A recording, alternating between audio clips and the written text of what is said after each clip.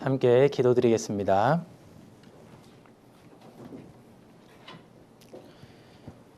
천지 만물을 창조하시고 지금도 살아계셔서 인간 역사를 다스려 가시는 거룩하신 하나님, 이번 한 주간 저희들에게 성경 말씀을 공부할 수 있는 소중한 기회를 주셔서 감사드립니다. 이 가운데 나온 모든 사람들을 하나님의 말씀으로 합당하게 인도하여 주셔서 모두가 인생의 근원적인 문제를 풀고 천국의 소망을 얻을 수 있도록 도와주시옵소서.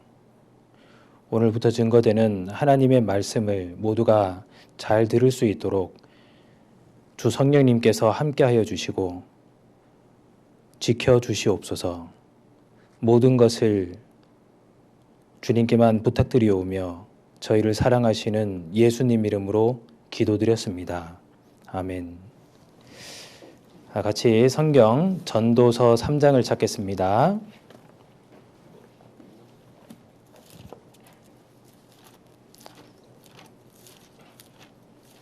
전도서 3장 1절입니다. 구약 성경 949페이지.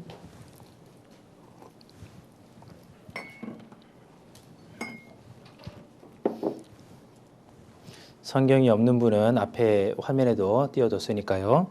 전도서 3장 1절과 2절을 같이 읽겠습니다. 천하의 범사가 기한이 있고 모든 목적이 이룰 때가 있나니 날 때가 있고 죽을 때가 있으며 심을 때가 있고 심은 것을 뽑을 때가 있으며. 오늘 이렇게 많이들 와주셔서 참 감사드립니다.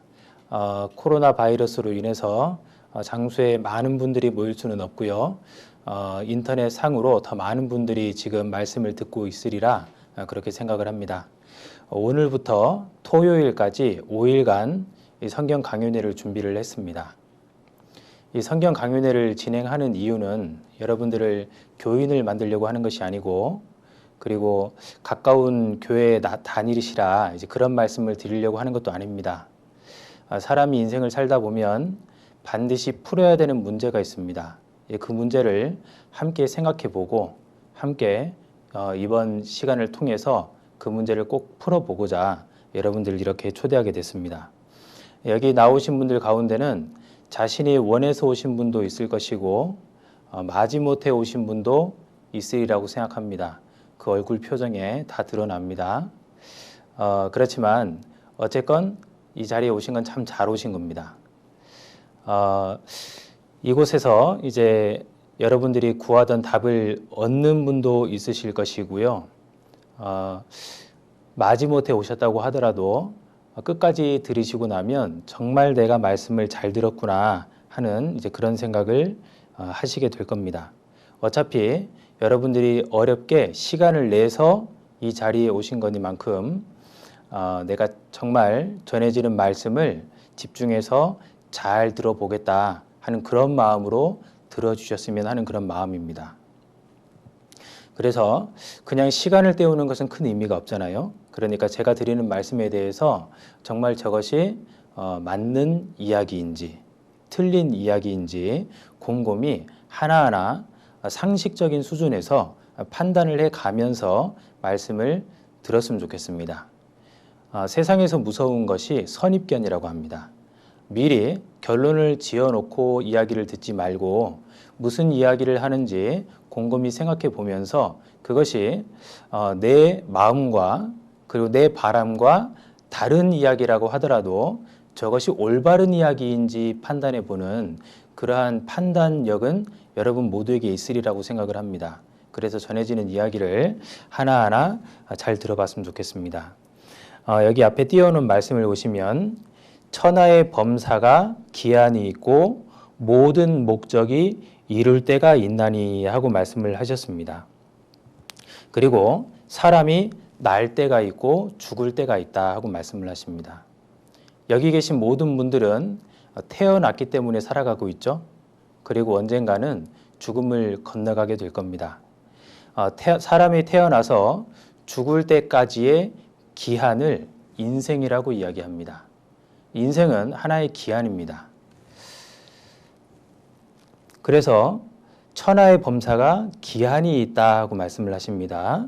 그리고 목적이 있다 하고 말씀을 하십니다. 이 인생에도 목적이 있다는 말씀입니다. 내 인생에 나도 모르는 목적이 있다. 알 수도 있고 모를 수도 있고 어쨌건 목적이 있다는 그 말은 참 좋은 말입니다.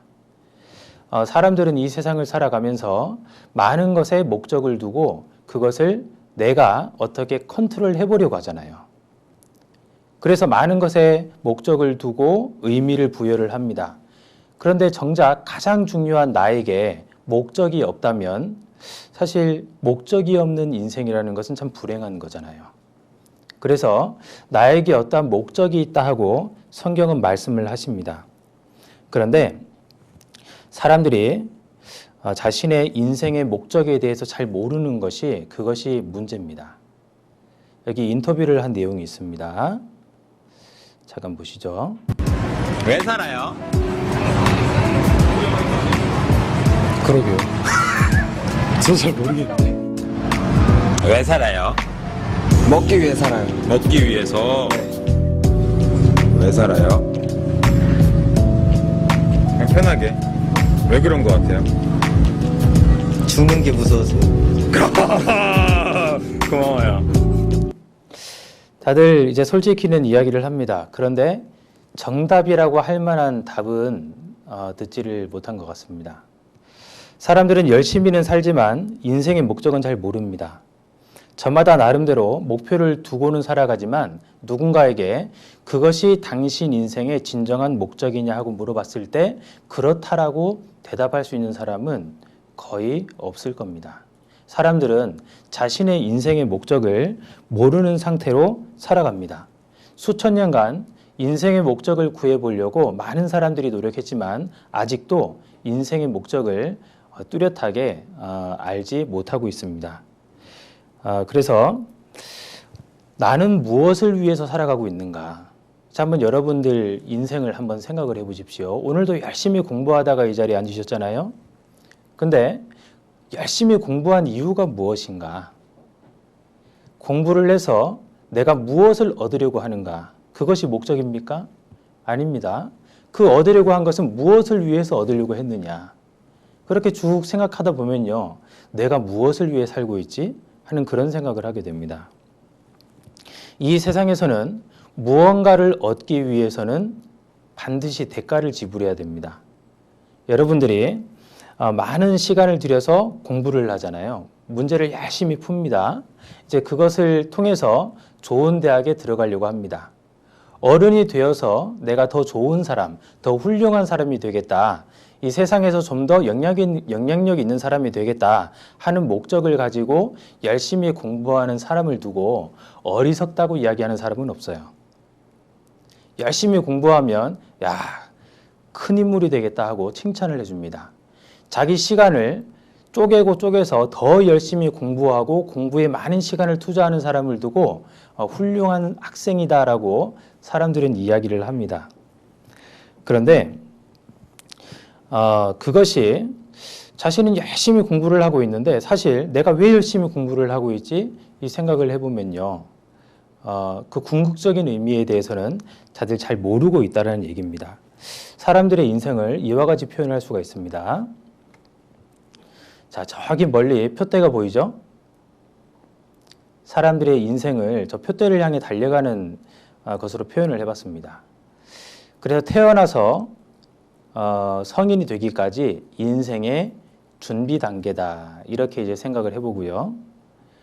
그리고 이후에 성인이 되어서 멋진 사회생활을 한다. 그리고 노년에는 여유로운 노후 생활을 보내는 이제 그것을 인생의 목적으로 생각하는 사람들이 있습니다. 근데 이것으로 과연 끝일까 하고 생각을 해보자는 겁니다. 만에 하나 이 지금 우리가 살아가고 있는 이 전체 태어나서 죽을 때까지의 인생을 영원한 세상을 준비하는 기간이라고 본다면 그리고 죽음 이후의 끝이 아니라 영원한 인생이 펼쳐진다면 그렇다면 이것이 만일 사실이라면 그러면 우리의 살아가는 태도가 바뀌어야 되지 않을까요?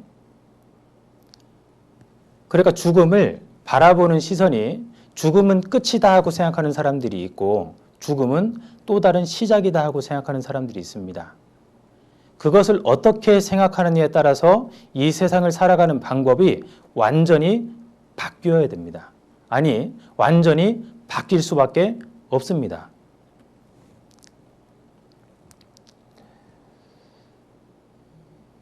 자, 이 세상에서 더 나은 삶을 살기 위해서 시간을 투자하는 것, 그것을 어리석다고 이야기할 수 없습니다. 그것이 만일 당연하고 옳은 것이라면 영원을 얻기 위해서, 영원한 천국을 준비하기 위해서 시간을 투자해야 된다라고 누군가가 이야기를 한다면 그것은 틀린 말이 될까요? 만일 영원한 천국을 내가 준비를 할 수만 있다면 그것을 준비하는데 더 많은 시간을 투자하는 것이 훨씬 더 지혜로운 것이 될 겁니다.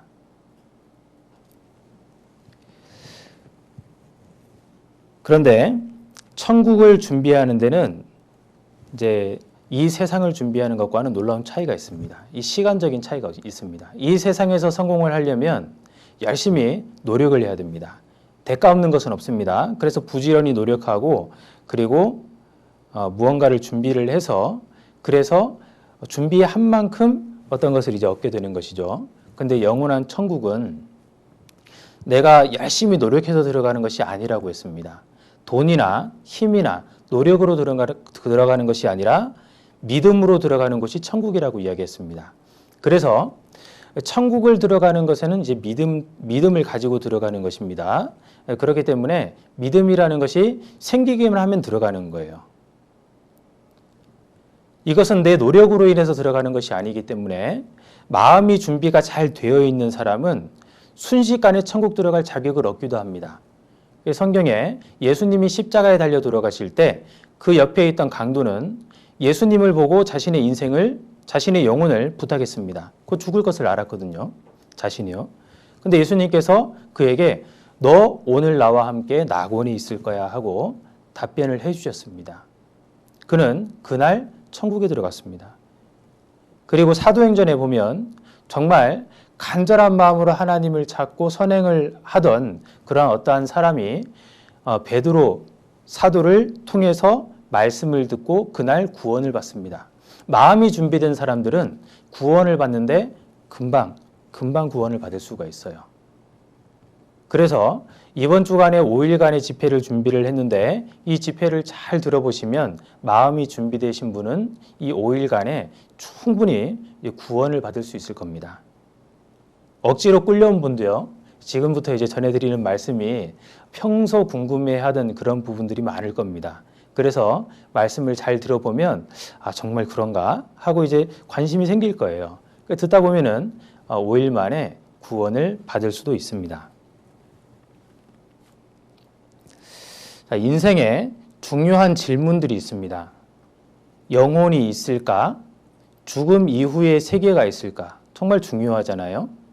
지금 내가 먹고 사는 데는 문제가 안 되겠지만 이것은 정말로 내 문제입니다. 창조주 하나님은 정말로 계실까? 성경은 무엇인가? 창조주 하나님의 분명한 증거가 있는가? 이것을 오늘 이 네 가지 주제를 간략하게 살펴보고 내일부터는 더 자세하게 살펴보는 그런 시간들을 가질 겁니다. 첫 번째 질문, 영혼이 있을까? 죽음 이후의 세계가 있을까? 이것은 너무나 중요한 문제입니다. 왜냐하면 나에게 직접적으로 연관되는 문제이기 때문에 그렇습니다. 이 질문 중에서도요, 내가 행동을 즉각적으로 달리해야 되는 그런 질문들이 있습니다. 예를 하나 들어보겠습니다. 시골에서 이제 집으로 돌아오려고 고속버스 터미널로 이동하려고요. 버스를 기다립니다. 이 시내버스를 기다립니다. 한참을 기다렸는데 이 시내버스가 저기 멀리서 오는 것이 보여요. 너무 오래 기다린 나머지 문이 열리자마자 뛰어 탔습니다. 그런데 이 시내버스를 탄 것도 처음이고 그리고 이 길은 초행길입니다. 앉아있다 보니까 뭔가 좀 이상한 느낌이 들어서요. 버스 기사님한테 질문을 합니다. 기사님, 뭐라고 질문을 해요? 이 버스 고속터미널 가는 버스 맞나요? 하고 질문을 할 수 있잖아요. 거기에 대한 기사님의 응답에 따라서 즉각적으로 내가 이 버스에서 내려야 될지 아니면 계속 타고 있어야 될지 그것을 결정을 해야 되거든요. 물론 다른 질문도 할 수 있을 거예요. 기사님 몇 살이에요? 기사님 쌍수하신 것 같은데 한 거예요? 또는 첫사랑이 누구예요? 뭐 이런 질문들 할 수 있잖아요. 흔히 학교를 이제 학기 처음 시작할 때 처음 만난 선생님한테 첫사랑이 누구예요? 뭐 그런 질문들을 결혼하셨어요? 이런 질문들 하시더라고요. 근데 그런 것은 큰 영향가 있는 질문은 아닙니다. 그죠? 질문들 중에서도 내가 즉각적으로 반응해야 되는 정말로 중요한 질문들이 있어요. 죽음 이후에 영원한 세계가 있을까? 사람의 영혼이 있을까? 그것은 나에게 너무나도 중요한 문제가 되는 겁니다. 자, 영혼이 있을까? 있다, 없다, 둘 중에 하나입니다. 그죠? 그런데 사람들은 이 질문이 너무 중요한데 별로 중요하게 여기지를 않는 것이 문제입니다. 근데 시간이 점점 흘러가다 보면요. 이 사람들이 이 질문에 대해서 중요하게 여길 때가 있는데 바로 죽음이 자기에게 다가오고 있을 때 그것을 느끼게 됩니다. 죽음이 자기 앞에 다가오고 있다. 그때 본능적으로 두려움을 느끼게 되고 죽음 이후의 세상은 어떻게 펼쳐질까 하는 것이 궁금해지는 거예요. 그런데 지금은 여러분들이 죽음이 굉장히 멀리 있는 것처럼 느껴지잖아요. 근데 사실 죽지 않는 사람은 없습니다. 여기 계신 모든 분들은 죽음과 연관이 있거든요. 그리고 그 죽음은 내가 예상했을 때 예측할 때 오는 것이 아니라 어느 날 순식간에 찾아온다는 겁니다. 미리부터 이것에 대한 답을 구해놓지 않는다면 나중에 당황하는 결과가 생길 수도 있는 거예요. 한 시대를 풍미했던 사업가 삼성의 창업주 이병철 회장이 그랬습니다.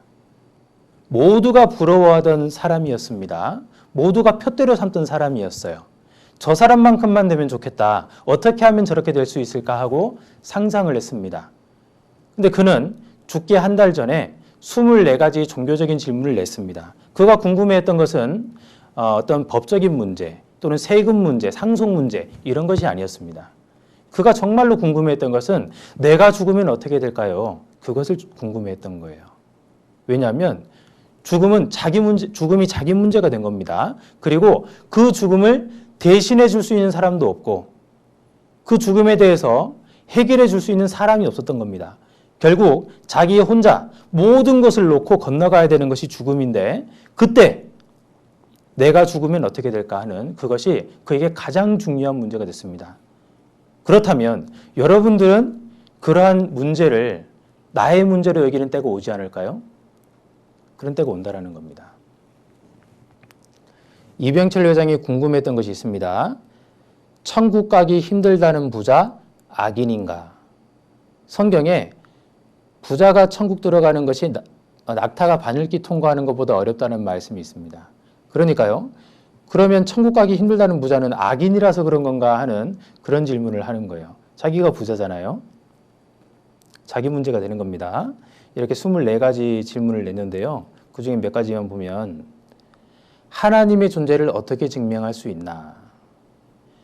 신은 왜 자신의 존재를 똑똑히 드러내 보이지 않는가?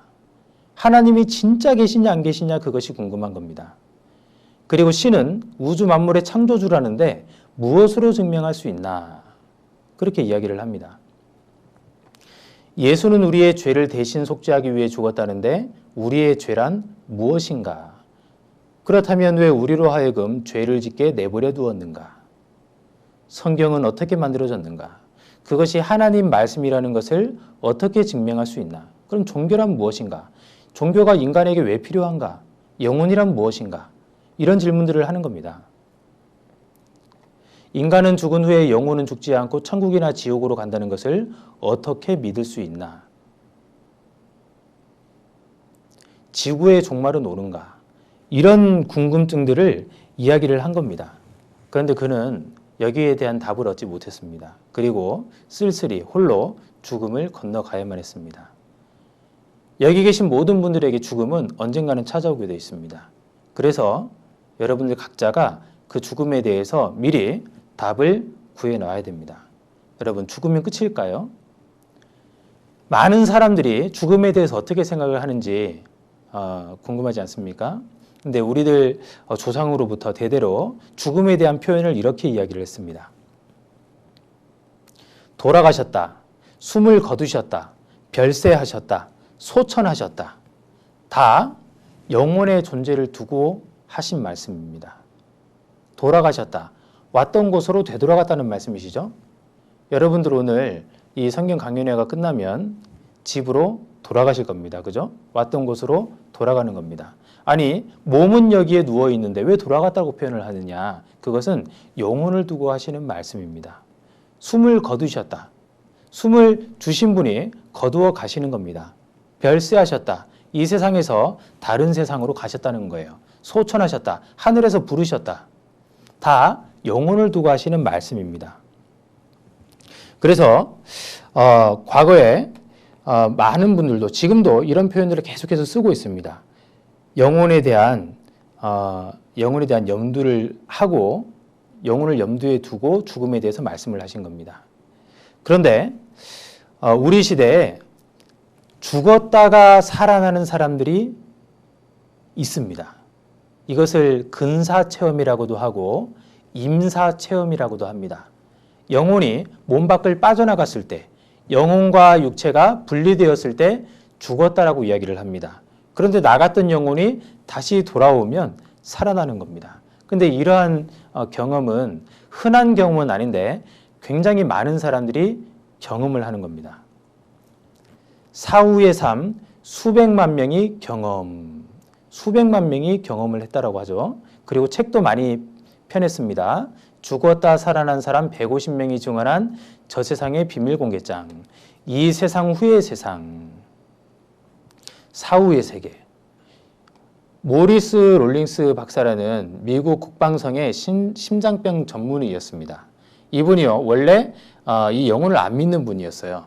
근데 심장병을 이제 전문으로 하다 보니까 심장 수술을 많이 합니다. 수술을 하다가 죽었다 깨라는 사람들이 꽤 있는 거예요. 마취를 하고 수술대에 누웠는데, 마취를 하고 수술실로 옮겼는데 자신의 수술받는 그 과정을 이야기를 합니다. 결코 알 수 없는 이야기를 하는 거예요. 수술 과정 중에 주고받은 이야기들을 들었고 자기가 이런 이야기를 들었다라고 이야기를 합니다. 처음에는 무시했는데요. 이런 사람들이 계속해서 나오는 겁니다. 사후의 세계, 조지 갤럽 지음. 그리고요, 의학적으로도 연구를 합니다. 피임 반 롬멜이라는 네덜란드 심장 전문입니다.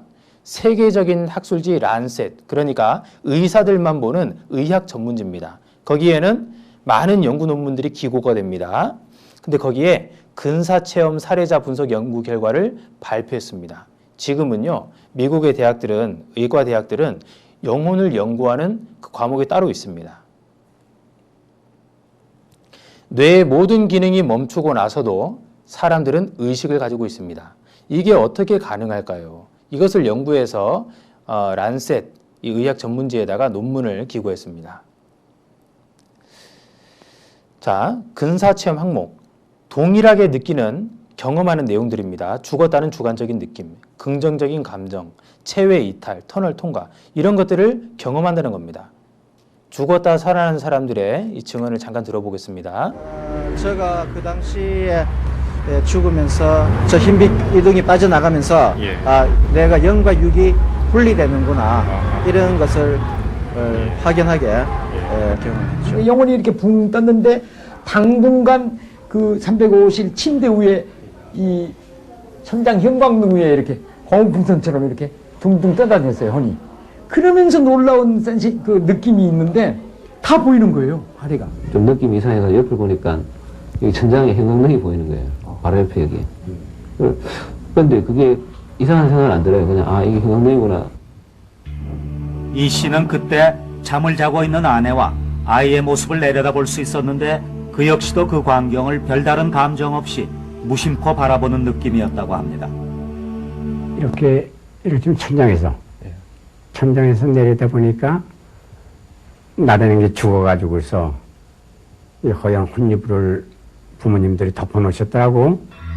그는 놀랍게도 자신이 천장 높이까지 떠서 방바닥에 얼굴까지 혼이불에 덮여있는 자신의 시신을 마치 제3자처럼 내려다보고 있었다는 것입니다. 아래를 내려다보니 그곳은 병실이었다.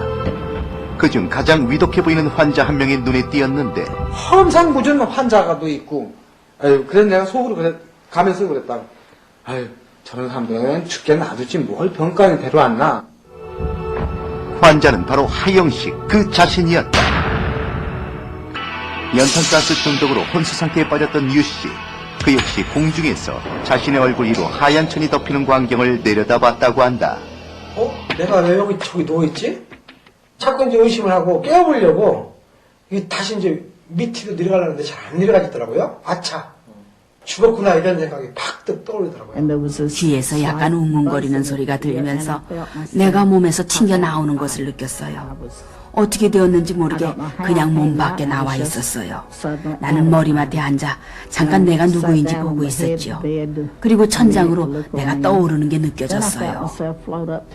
그리고 체험자들에게 또 하나 놀라운 경험은 빗속에서 자신의 과거가 한순간에 펼쳐지는데 자연스럽게 자신의 행위에 대한 선악의 판단과 반성이 이루어졌다고 합니다. 그 사이에 제가 그 당시 26살이었는데 26년간의 인생이 총체적으로 계산이 됐고 한순간에 그냥 지나가면서 다 보였단 말씀이죠? 예. 한순간에 한순간에 어떤 모습들이 떠올랐는데 직감적으로 그것이 자신이 살아온 과거였다는 사실을 알 수 있었다는 것입니다. 그리고 내가 태어나서부터 사망이 선고된 지금까지 공개적으로 또 개인적으로 겪었던 모든 사건들이 내 눈앞에서 보여지고 있었습니다. 저 세상 생각을 하면서 할 때는 전혀 욕심이라는 게 아주 욕심이라는 게 나쁩니다요.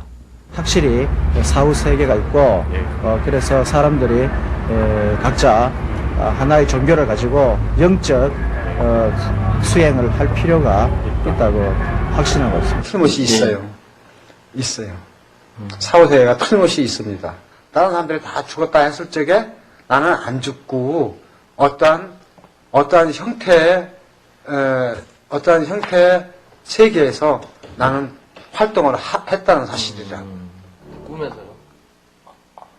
그게 현실이지. 너무나 꿈도 아니고 너무 선명하고 너무나 확연하기 때문에 누구든 제 얘기를 얼마 길지 않은 세상에 곧 경험하게 되실 겁니다. 이 섬뜩한 말인데요. 근데 진짜 이 말이 맞는 말입니다. 사후 체험, 난 죽음을 보았다. 저는 근사 체험을 하고 완전히 변했어요. 말로 설명할 수 없는 신비로운 일이었죠. 죽음 그 아름다운 세상으로 가는 것은 좋아요. 전에는 두려웠지만 지금은 전혀 두렵지 않아요. 2, 3분간의 짧은 근사 체험으로 인해 인생 전체가 바뀝니다. 아주 인상 깊은 변화죠. 여러분들이 만일 이러한 경험을 한다면 바뀌지 않겠습니까? 정말로 죽었더니 사후 세계가 정말로 존재하는구나 하는 것을 내가 직접 경험한다면 이 세상을 살아갈 때 뭔가 변화가 생기지 않겠습니까? 작은 변화일까요? 큰 변화일까요? 큰 변화가 생기게 될 겁니다. 이러한 내용들로 봤을 때 사람이 몸만 있는 것은 아닙니다. 사람 몸속에는 영혼이 있고 죽음 이후에 영혼이 있다라는 것은 죽음 이후에 영혼이 살아가는 또 다른 세계가 있다는 증거가 되는 겁니다. 성경은 이렇게 말씀하시고 있습니다. 평강의 하나님이 친히 너희로 온전히 거룩하게 하시고 또 너희 온 영과 혼과 몸이 우리 주 예수 그리스도 강림하실 때 흠없게 보존되기를 원하노라. 영과 혼과 몸이 있다고 말씀하시죠. 몸만 있는 것이 아니라 영혼이 있다 이렇게 말씀하십니다. 그래서 이 성경에 인간의 이 구성이 이렇게 되어 있다라고 이제 구분이 지어집니다. 영과 혼과 몸이 있는데요. 이 몸은 식욕, 성욕, 수면욕을 주관합니다. 그리고 호는 지정의를 주관을 합니다. 그리고 영은 종교심, 양심, 영혼을 사모하는 마음, 이것을 이제 주관을 하는데요. 이 짐승들도 혼이 있어요.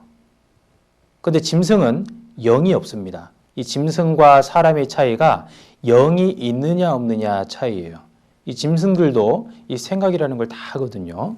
이거 잠깐 보시겠습니다. 자, 보셔요. 원숭이가 아주 설거지를 잘합니다. 그죠? 그리고 이 고릴라인데요. 고릴라들도 좋아하는 게 있고 싫어하는 게 있고 그래요. 비 맞는 건 싫은 것 같아요. 사람 표정 나오듯이 똑같이 표정이 나오는 거 보셔요. 그죠? 그리고 이것은 까마귀인데요. 이 까마귀가 지금 뭐 하는 것 같습니까? 먹이를 뭐 하는 것도 아니고 둥지를 트는 것도 아니고 지금 컵 뚜껑 같은 것을 가지고요. 미끄럼틀을 타고 있어요. 이런 것들을 봤을 때 짐승들도 분명히 무언가를 즐기는 것이 있구나. 그리고 좋아하는 것이 있고 싫어하는 것이 있구나 하는 것을 알게 됩니다.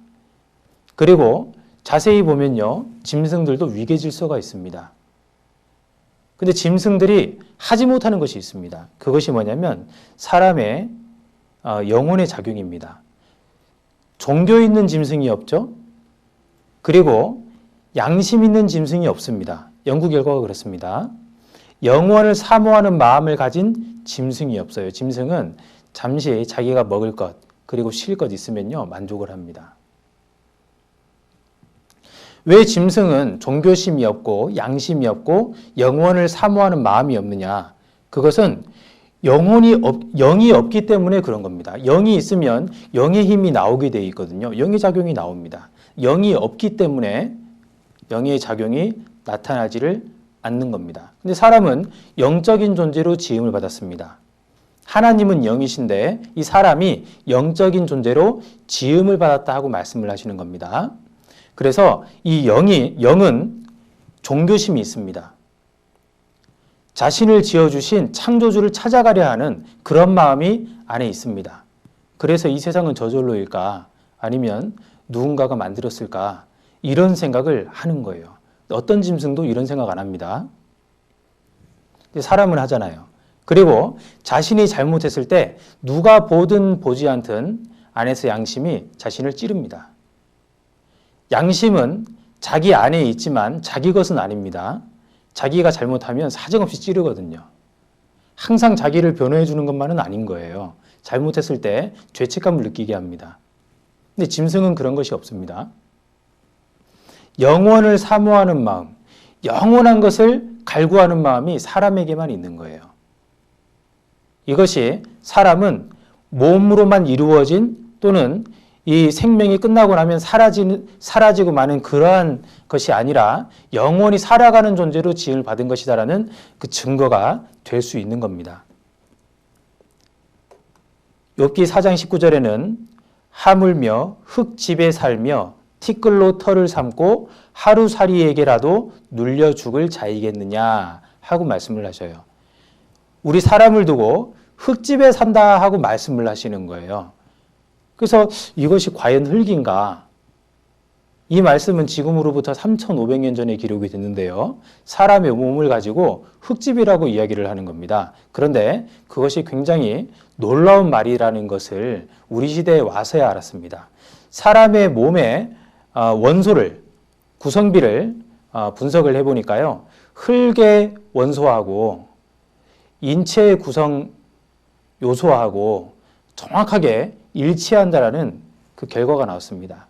그러니까요, 실제로 사람의 몸은 흙집이 맞는 겁니다. 꽤 잘 지어진 집이에요. 여러분들 집은요, 지금 살고 계신 집은 한 30년쯤 되면은 이제 허물고 다시 지어야 됩니다. 잘 지은 집은 50년, 정말로 견고하게 지은 집은 이제 100년까지도 간다고 하는데요. 사람의 몸은 기본 80년은 가뜩한 겁니다.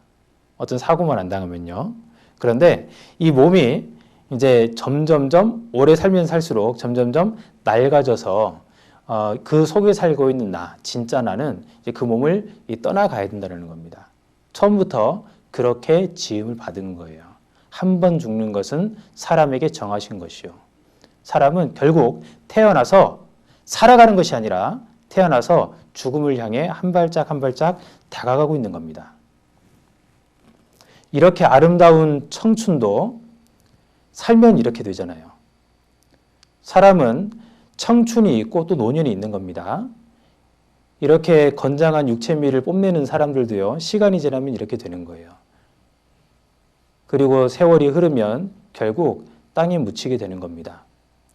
흙은 사람의 몸을 말하는 겁니다. 흙은 여전히 땅으로 돌아가고, 신은 사람의 영혼을 말하는 겁니다. 신은 그 주신 하나님께로 돌아가기 전에 기억하라. 죽기 전에 기억하라는 말이죠. 사람은 언젠가는 죽습니다. 그런데 죽기 전에 하나님께로 그 영혼이 돌아가기 전에 기억하라 하고 말씀을 하십니다. 하나님이 자기 형상, 곧 하나님의 형상대로 사람을 창조하시되 남자와 여자를 창조하시고, 하나님께서 사람을 창조하시는데 하나님의 형상대로 창조하셨다고 말씀을 하셨습니다. 하나님께서 하나님의 형상대로 사람을 창조하셨다는 것은 하나님이 이렇게 사람처럼 생겼다는 말씀이 아닙니다. 이 몸은 집이라고 했죠. 우리의 영혼이 사는 한 100년가량, 100년 못 되는 기간을 사는 집입니다. 그 안에 진짜 나가 있는 거예요. 하나님은 영이시니 예배하는 자가 신령과 진정으로 예배할지니라. 우리 속에 있는 영은 하나님을 닮게 지음받았다 하고 말씀하십니다. 천지를 창조하신 창조주께서 이 세상을 창조하실 때 가장 마지막으로 창조하신 것이 사람인데, 사람을 창조하실 때는 하나님의 형상을 담게 창조하셨다 하고 말씀을 하셨습니다. 이 집에 가면은, 저도 집에 가면은 저를 닮은 떡두꺼비 같은 아들이 있습니다. 저랑 많이 닮았어요. 그 닮은 모습을 볼 때 못생긴 부분까지도 이쁘게 보입니다. 근데 하나님께서 이 세상 모든 것들을 창조하셨을 때 마지막에 이 사람을 창조하셨는데, 이 사람만이 하나님의 형상대로 지음받았다라고 말씀을 하시는 거예요.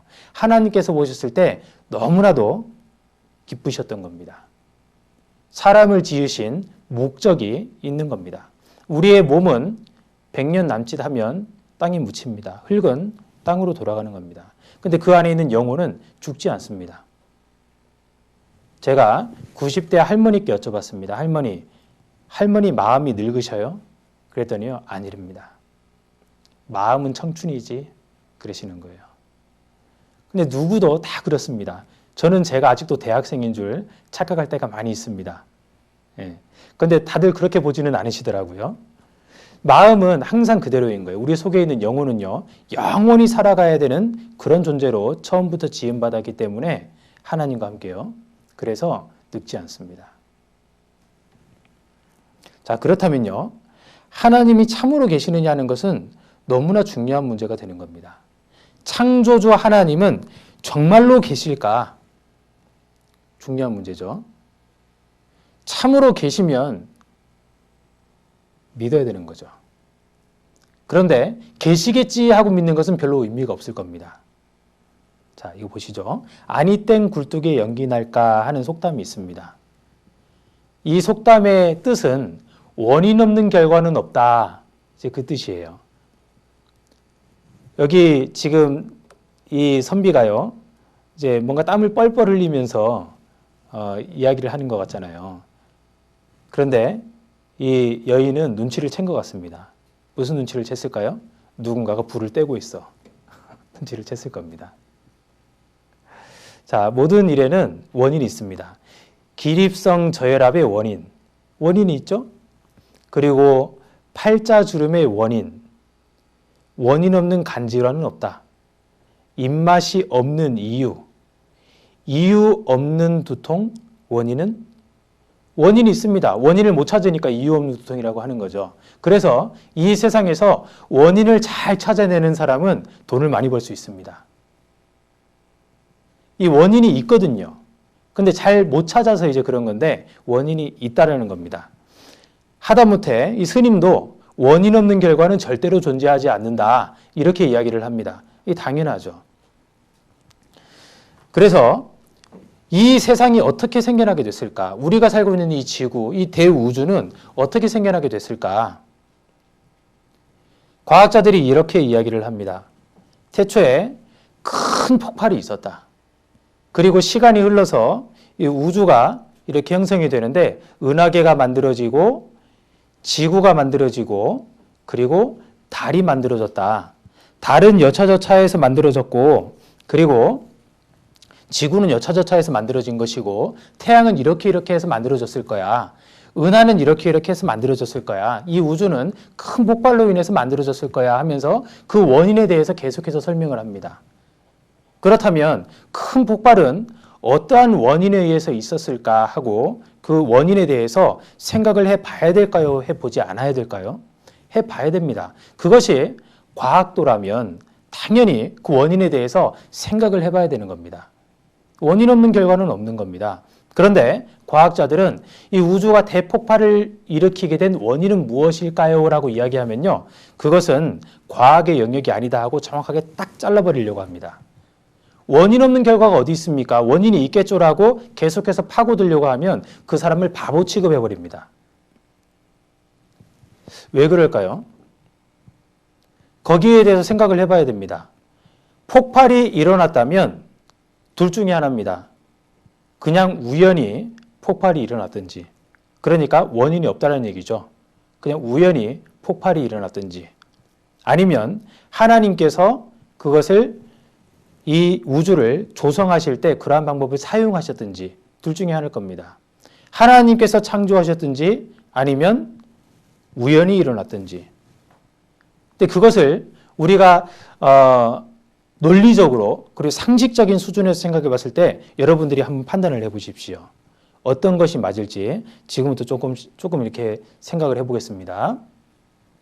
자, 이 폭발, 이것이 우연히 일어났을까? 성경은 이렇게 말씀하십니다. 로마서 11장 36절에 이는 만물이 주에게서 나오고 주로 말미암고 주에게로 돌아갑니다.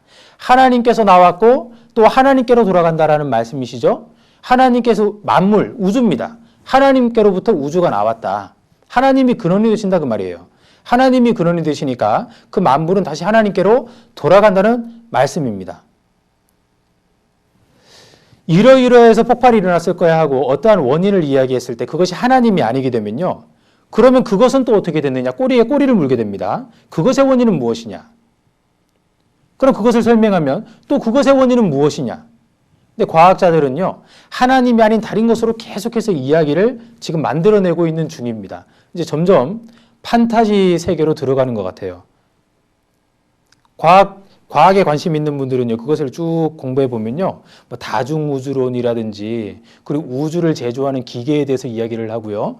이제 뭐 이상한 세계로 점점 빨려 들어가는 것 같습니다. 전혀 검증도 안 되고 있을 수도 없는 이야기들을 과학자들이 이야기를 하고 있는 거예요. 하나님을 그만큼 배제하고 싶어 하는 것 같습니다. 그런데요, 그렇게 이야기하면 끝이 없다라고 말씀드렸죠? 우주를 제조하는 기계가 있다면 그 기계는 누가 만들었냐? 그렇게 이야기가 되는 거예요. 그것은 어떻게 해서 저절로 생겨났다면 그건 또 어떻게 저절로 생겨났냐? 계속해서 되는 겁니다. 결국에는 최초에 스스로 존재하는 누군가가 있어야 된다는 결론밖에 안 생기는 거예요. 원래부터 누군가가 노력해서 생긴 것이 아닌, 의도해서 생긴 것이 아닌 원래부터 존재하는 누군가가 있어야 된다는 그 결론밖에는 생기지 않는 겁니다. 꼬리에 꼬리를 물면 제일 처음 무언가가 있어야 되는 거예요. 그것이 논리적인 겁니다. 우연히 폭발이 일어나는 것이 아니고요. 하나님이 모세에게 이르시되 나는 스스로 있는 자니라. 하나님은 스스로 존재하는 분이라고 말씀하시는 겁니다. 모든 것의 근원이 되는 분이시다라고 말씀을 하시는 겁니다. 이사야 45장 18절 말씀은 성경을 같이 찾아보겠습니다. 이사야 45장 찾겠습니다.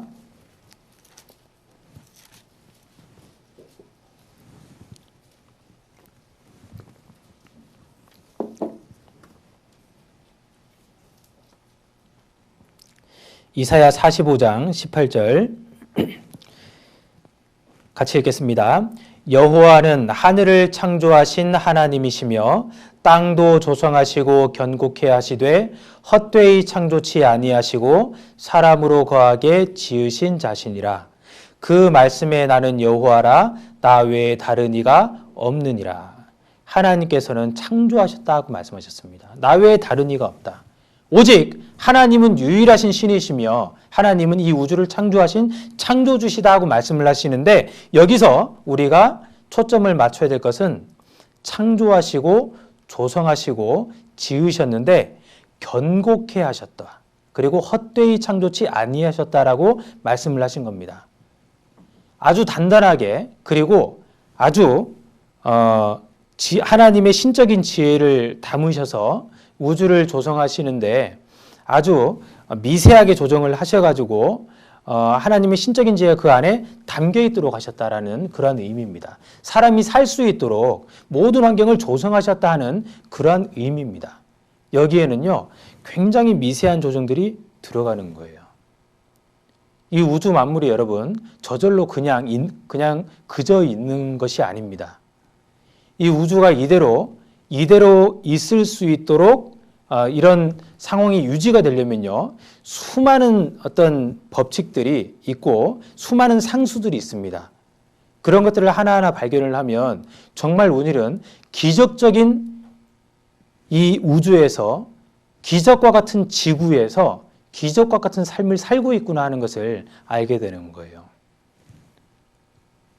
여러분, 이거 보십시오. 어느 날 개울에 가봤더니 이런 돌들이 모여가지고 절묘한 모양을 취하고 있습니다. 이것을 봤을 때, 야, 하룻밤 자고 났더니 신기하게 저런 것이 생겼구나라고 생각할 사람이 있습니까? 없을 거예요. 어느 날 이제 개울가를 가봤더니 물이 계속해서 이제 흐르다 보니까 돌이 패여가지고 이렇게 꾸불뚱꾸불뚱하게 패여 있다.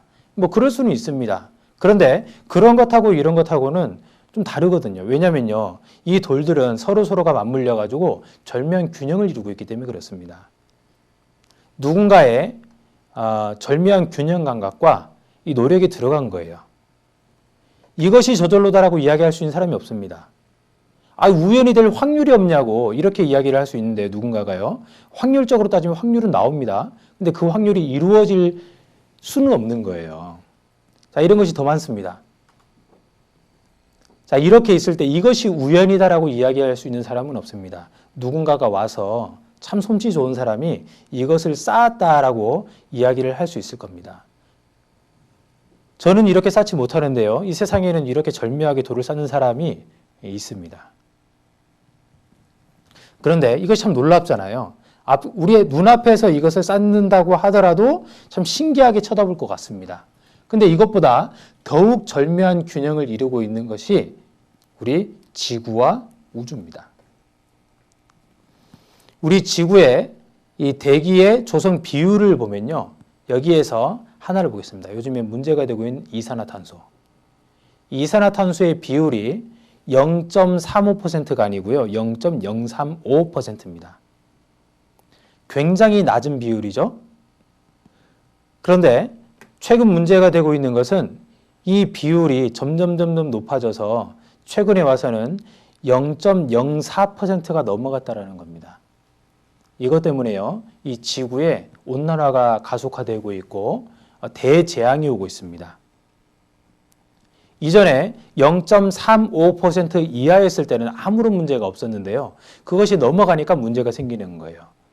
그러면 그냥 이 이산화탄소 없으면 좋겠다 이렇게 이야기하는 사람도 있는데요, 이산화탄소가 없으면 모든 식물은 다 죽습니다. 그리고 사람의 호흡을 조절하는 것이 이산화탄소입니다. 이산화탄소가 없으면 사람이 호흡을 못합니다. 그러니까요, 이산화탄소가 지금까지 사람이 살 수 있도록 꾸준하게, 소량이지만 꾸준하게 그 비율을, 아주 미세한 그 적은 비율을 지금까지 유지해 왔다라는 거예요. 그것이 우연이라면 어떨 때는 좀 많을 수도 있고 어떨 때는 좀 적을 수도 있고 이렇게 왔다 갔다 할 수도 있는 문제잖아요. 근데 왔다 갔다 했으면 이 지구는 이미 사라지고 없을 겁니다. 그런데 지금까지 그것이 일정하게 유지가 되어 온 겁니다. 이산화탄소 하나만 가지고 제가 말씀을 드렸지만요. 이 지구에 사람이 살 수 있으려면 20만 가지의 조건이 갖추어져야 된다는 겁니다. 20만 가지의 조건이 지금까지 그대로 유지가 되어 왔기 때문에 우리가 살 수 있는 거예요. 그 하나라도 삐끗하면은 그대로 이 지구는 멸망당하는 겁니다. 뿐만이 아닙니다. 이 우주가 지금 현재 상태로 존재하려면 중력이라는 거 아시잖아요. 인력, 중력. 이제 물건과 물건이 서로 당기는 힘. 이 지구가 우리를 당기고 있잖아요. 그래서 우리가 바닥에 발을 딛고 서서 돌아다닐 수가 있습니다. 뭐 여러 가지 힘들이 있습니다. 근데 중력, 이 중력 상수만 하더라도 조금만 달라지면요, 이 우주가 그대로 붕괴돼 버립니다. 얼마만큼 달라지면 붕괴되냐면 10의 60승분의 1, 그러니까 10의 60승분의 1. 그 시계를 보면은 이제 60칸으로 나누어져 있잖아요. 60초. 그죠? 근데 60초를 그 한 초를 10분의 1로 나누고 그 10분의 1로 나눈 그 한 칸을 또 10분의 1로 나누고 반복하고 60번 정도 반복하면 10의 60승분의 1칸이 됩니다. 한 바퀴에 10의 60승분의 1이 되는 거예요. 얼마나 미세한 그 한 칸일까요? 근데 그 한 칸이 옮겨지면 우주가 사라져 버립니다. 이건 놀라운 겁니다. 그거 하나만이 아닙니다. 초기 질량과 에너지가, 이 우주의 초기 질량과 에너지가 10의 1300승분의 1만 달랐어도 이 우주는 없어진다라고 이야기를 합니다. 우리는요, 아직 발견하지 못한 상수값이 너무나 많습니다. 그런데 그 안에서, 미세하게 조정된 그 안에서 우리가 살아가고 있는 거예요. 이것은 기적입니다. 그래서요, 과학자들이 이 우주가 우연히 존재하게 됐다라고 처음에는 이야기를 하다가요, 그런 상수들을 하나하나 발견하면서 이제는 그런 말을 하기가 부끄러워졌습니다. 그런 말을 못하는 겁니다. 그냥 회피하고 있는 중이에요. 사실입니다. 자, 여러분, 여기 시계 보이시죠? 이 시계가 참 이 사람들의 삶을 윤택하게 합니다. 우리 내일 오후 2시 30분에 이 자리에서 만납시다 하고 약속을 했다면 그렇게 그 시간에 만날 수 있는 이유는 시계가 있기 때문에 만날 수가 있는 거예요. 이 시계는 삶을 굉장히 윤택하게 합니다. 근데 시계의 내부를 보면요, 굉장히 복잡하게 만들어져 있어요. 시계가 어떨 때는 빨리 갔다가 어떨 때는 가만히 있다가 어떨 때는 막 뒤로도 갔다가 이렇게 되면요, 그 시계 가지고 우리가 시간 약속을 못 할 겁니다. 그런데 시계는 정확하게 1초 1초 움직이고 하루 24시간을 정확하게 가리키기 때문에 우리가 마음 놓고 그 시간을 의지해서 많은 일들을 계획하고 행할 수가 있는 거예요. 근데 이 시계도 100년 정도를 차면요, 고장이 납니다. 메이드 인 차이나는 조금 더 빨리 고장나는 것 같아요. 그런데요, 여기 보시죠. 하나님이 만드신 시계입니다. 하나님이 만드신 이 시계, 이 지구의 태양의 공전 주기는 365와 4분의 1일, 정확하게 매년 이제 그 속도로 이 태양을 돕니다. 24시간 만에 정확하게 한 바퀴를 돌죠. 달은 한 달 만에 정확하게 지구를 한 바퀴 공전을 합니다.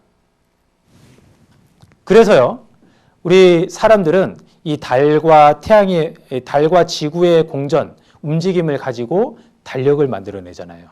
태양력을 만들어내잖아요. 그래서 1년간의 계획을 세울 수가 있고 10년 후의 계획도 세울 수가 있습니다. 그리고 과거를 역추적할 수도 있어요. 만일 지구가요, 좀 빨리 갔다가 좀 천천히 갔다가 뒤로 갔다가 이제 뭐 반대로도 한번 돌래, 마음대로 뭐 이렇게 돈다면요, 그럼 여러분, 우리가 달력을 만들어낼 수 있습니까? 불가능합니다. 그런데요, 사람들은 생각합니다. 이 지구가 공전하는 그 주기는 결코 바뀌지 않을 거야. 지구의 자전 속도는 결코 바뀌지 않을 거야 라는 그러한 판단을 하고 그러한 믿음 하에 달력을 만들어냅니다. 그렇지 않습니까? 확실한 신뢰가 있는 거예요. 결코 고장나지 않는 겁니다. 우주가 탄생한 이후 이 지구의 인류 역사가 시작된 이래 결코 변하지 않는 것이 이 하나님이 만드신 시계입니다. 하나님이 만드신 것들은 대단한 것들이거든요. 고장이 나지 않습니다. 절묘한 균형을 이루고 있습니다. 그 균형이 바뀌지를 않는 거예요.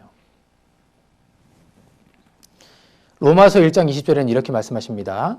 창세로부터 그의 보이지 아니하는 것들 곧 그의 영원하신 능력과 신성이 그 만드신 만물에 분명히 보여 알게 되나니 그러므로 저희가 핑계치 못할지니라. 하나님이 만드신 만물에 무엇이 보여요? 능력과 신성. 하나님의 능력과 하나님의 신성이 분명히 보여서 알게 된다라고 합니다.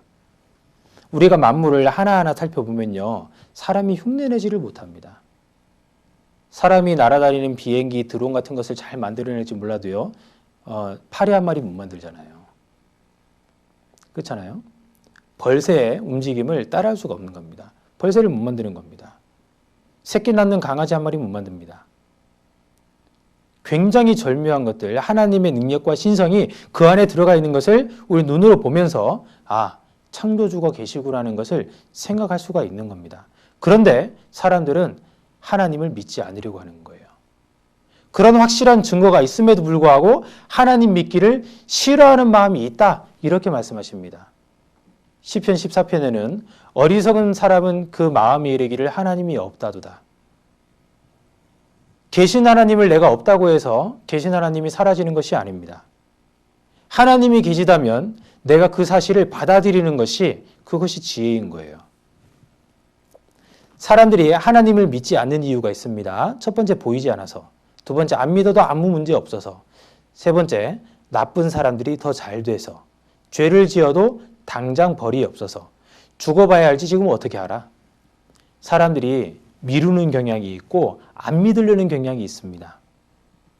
근데 하나님 있으면 내 눈앞에 나와보라고 그래, 이렇게 이야기하는 사람들이 있습니다.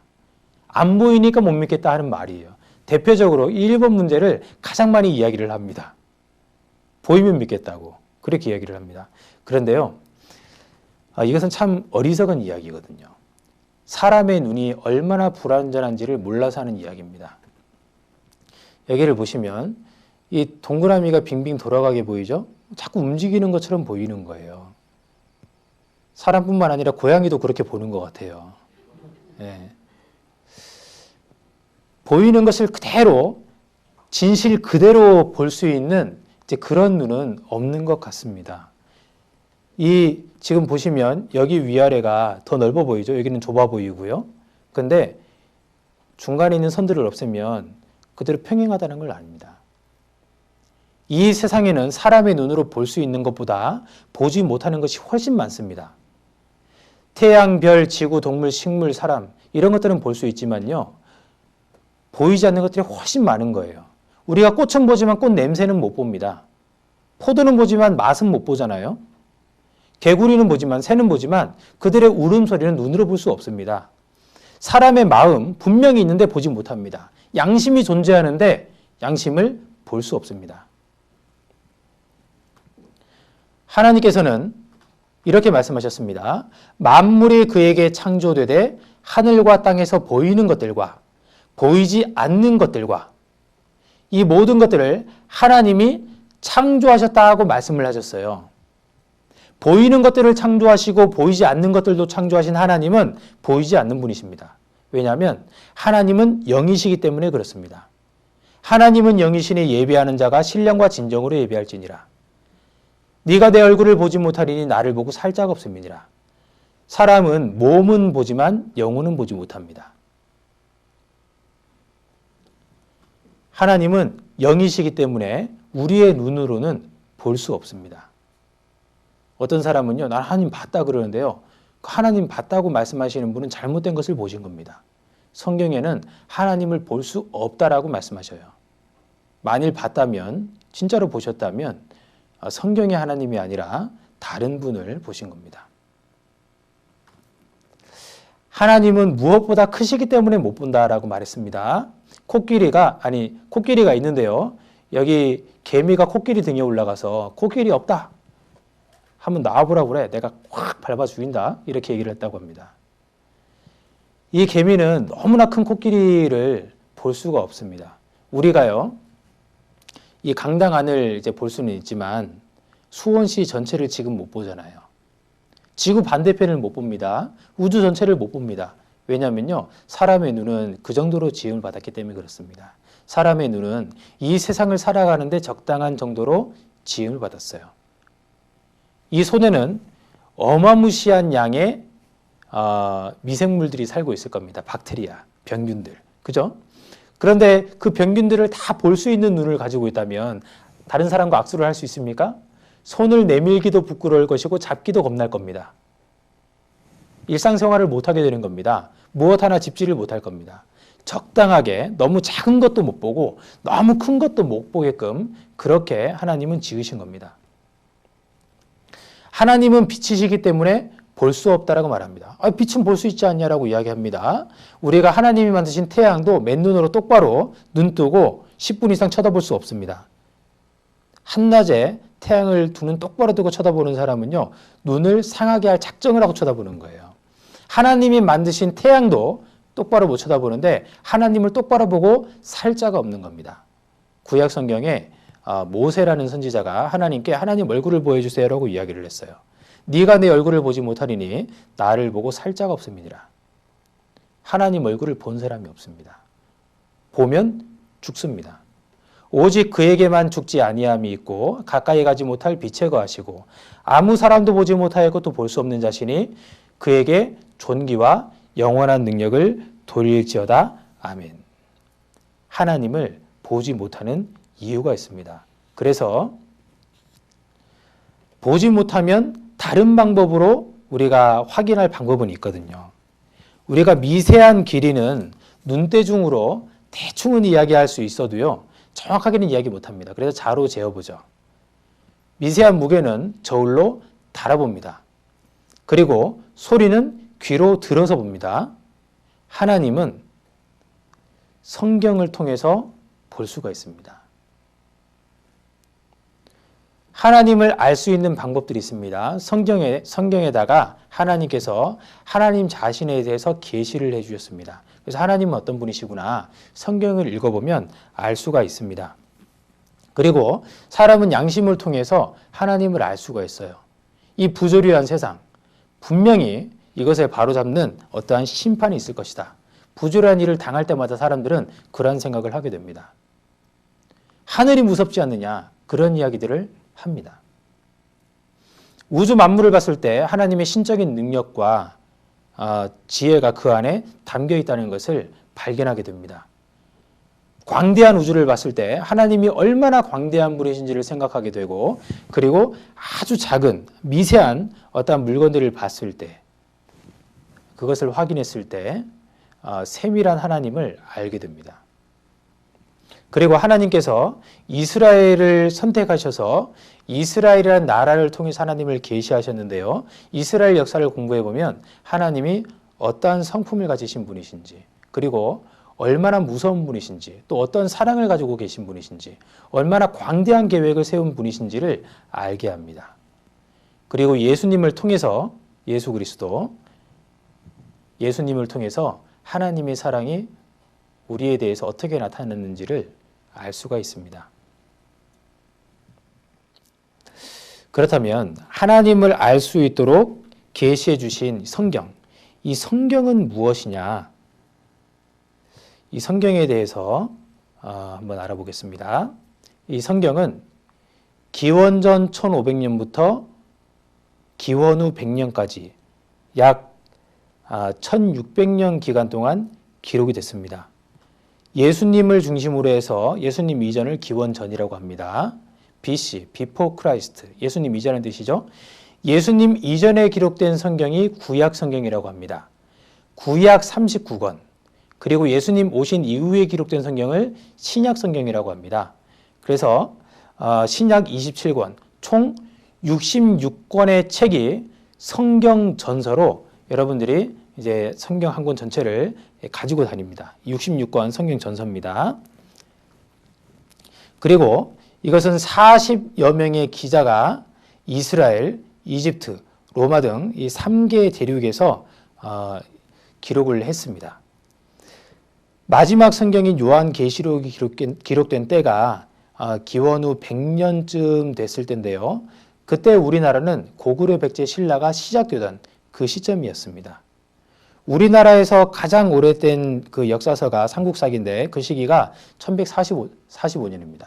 지금으로부터 대략 한 900년쯤 전 이제 책인데요. 그보다 훨씬 더 이전, 1000년 이전에 완성된 책이니까 굉장히 오래된 책이다 하는 것을 생각해 볼 수가 있습니다.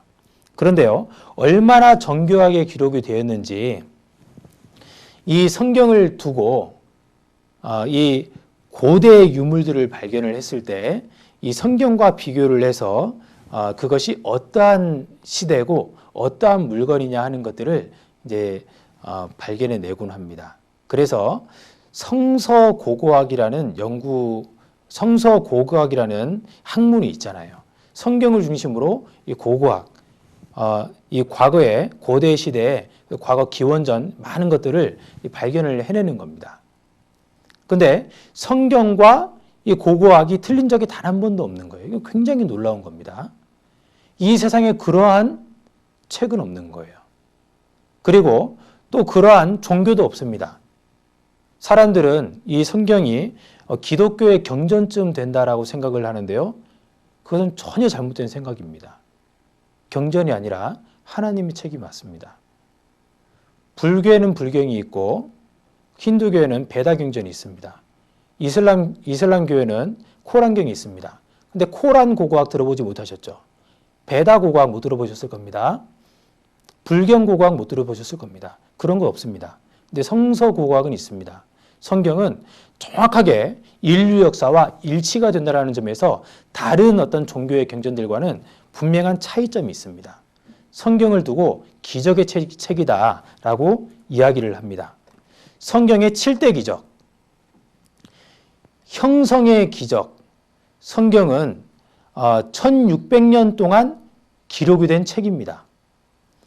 이 세상에 1600년 동안 기록된 책이 없어요. 그런 오랜 기간 동안 수천 년의 기간 동안 기록이 되어서 완성된 책이 없는 겁니다. 근데 성경은 수천 년의 기간 동안 기록이 됐어요.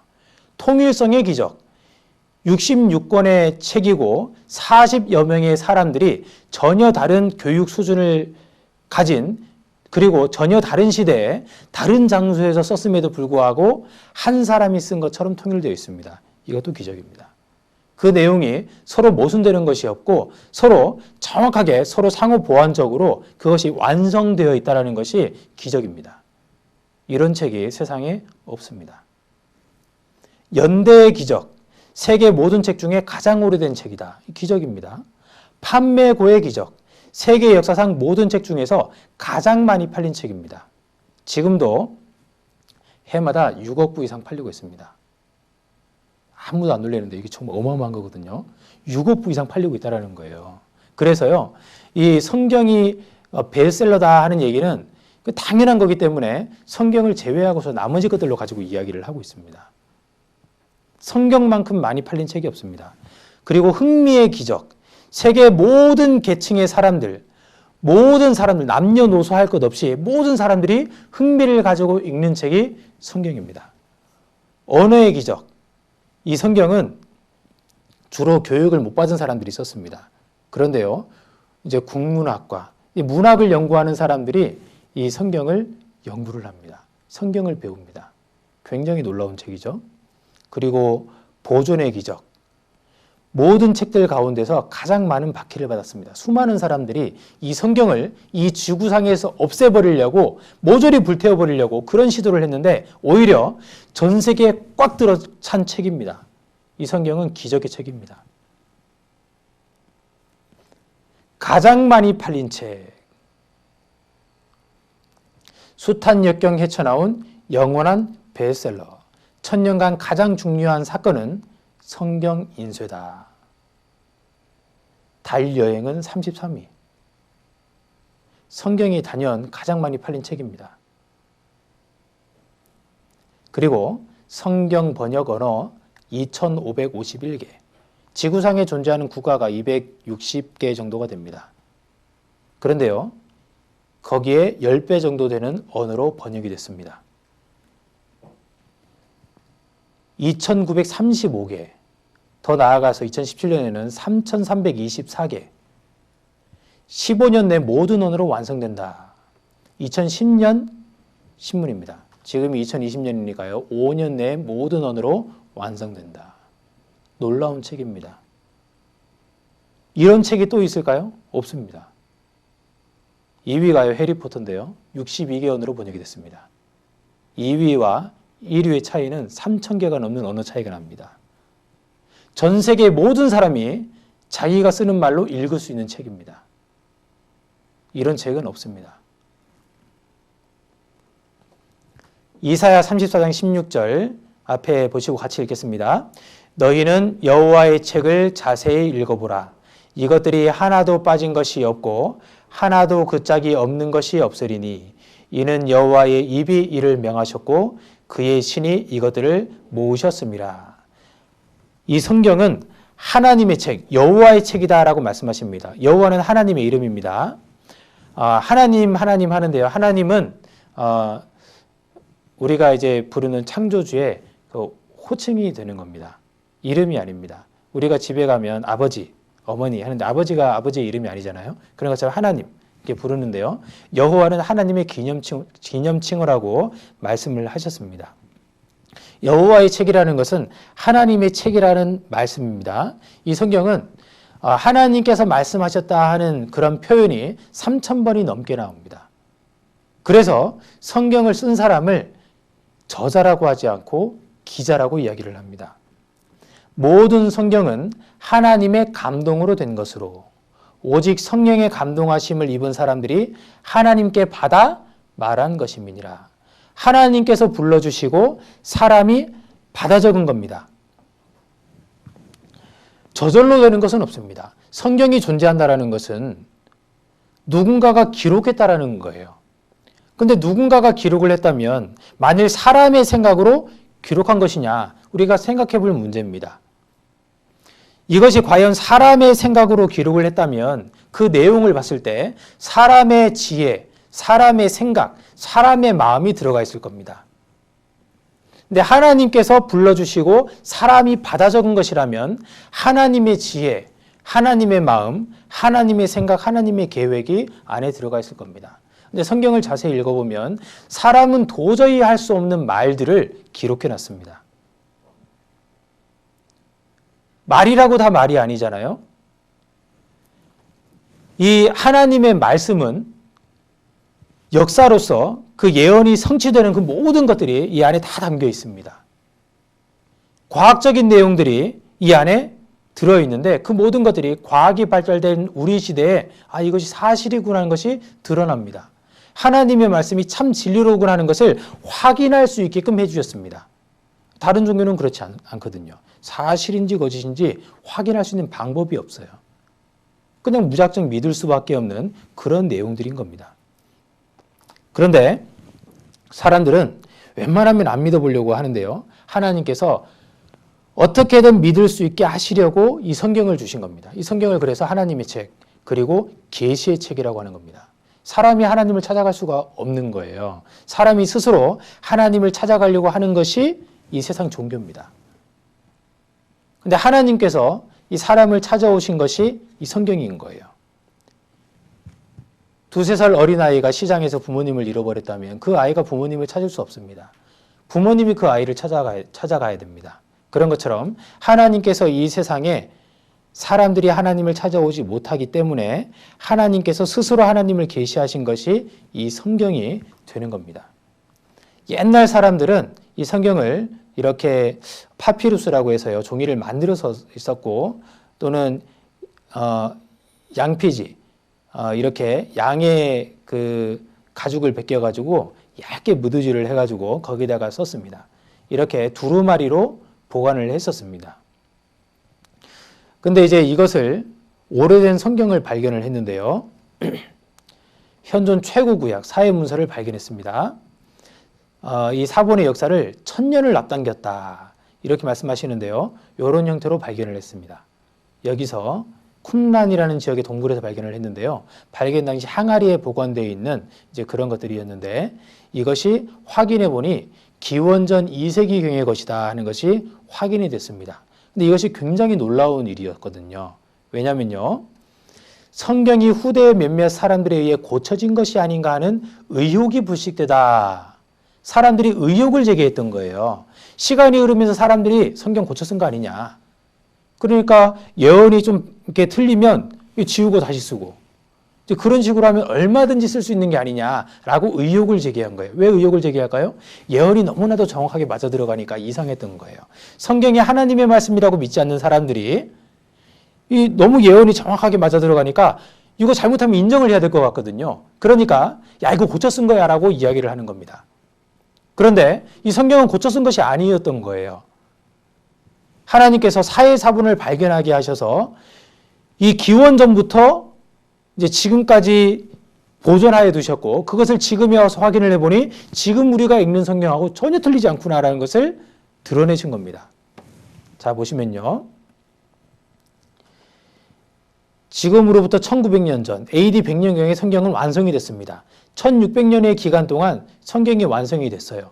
그러면 이 창세기가 기록된 기원전 1500년 이전의 일들도 있었을 것이고 성경이 완성된 이후에 지금까지 역사가 진행되어 또 왔습니다.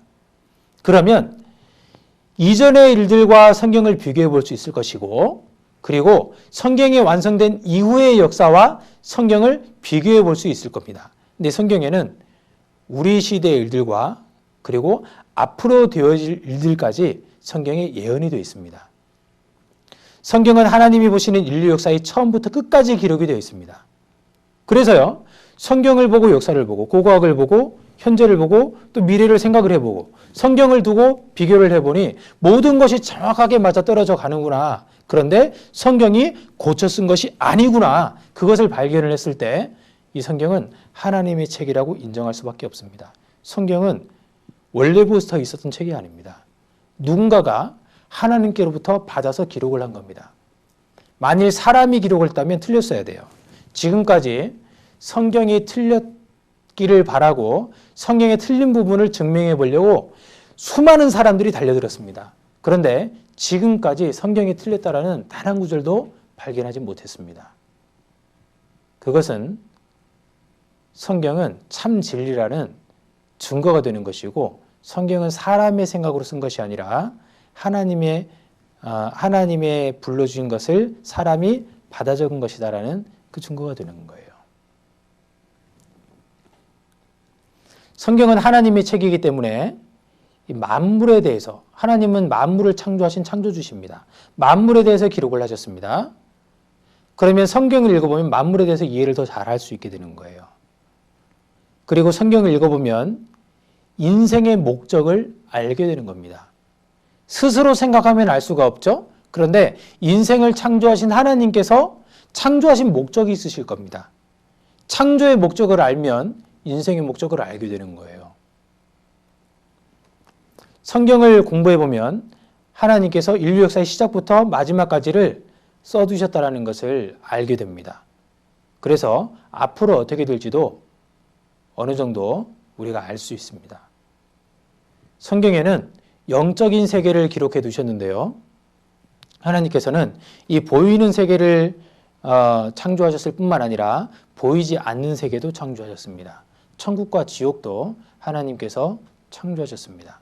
그래서 성경을 잘 읽어보면 어떻게 해야 천국 가고 어떻게 하면 지옥 가는지 그것도 알 수가 있게 되고 천국은 어떤 곳인지 지옥은 어떤 곳인지도 알게 됩니다.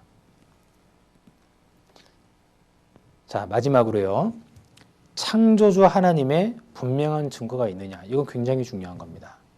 그래서 오늘은 이제 시간이 얼마 안 남았는데요. 얼마 남지 않은 시간 동안 여기에 대해서 간단하게 생각을 해보고 내일부터 이 창조주 하나님이 참으로 사실이냐 하는 것에 대해서 그 증거에 대해서 내일과 모레 공부를 자세하게 해볼 겁니다.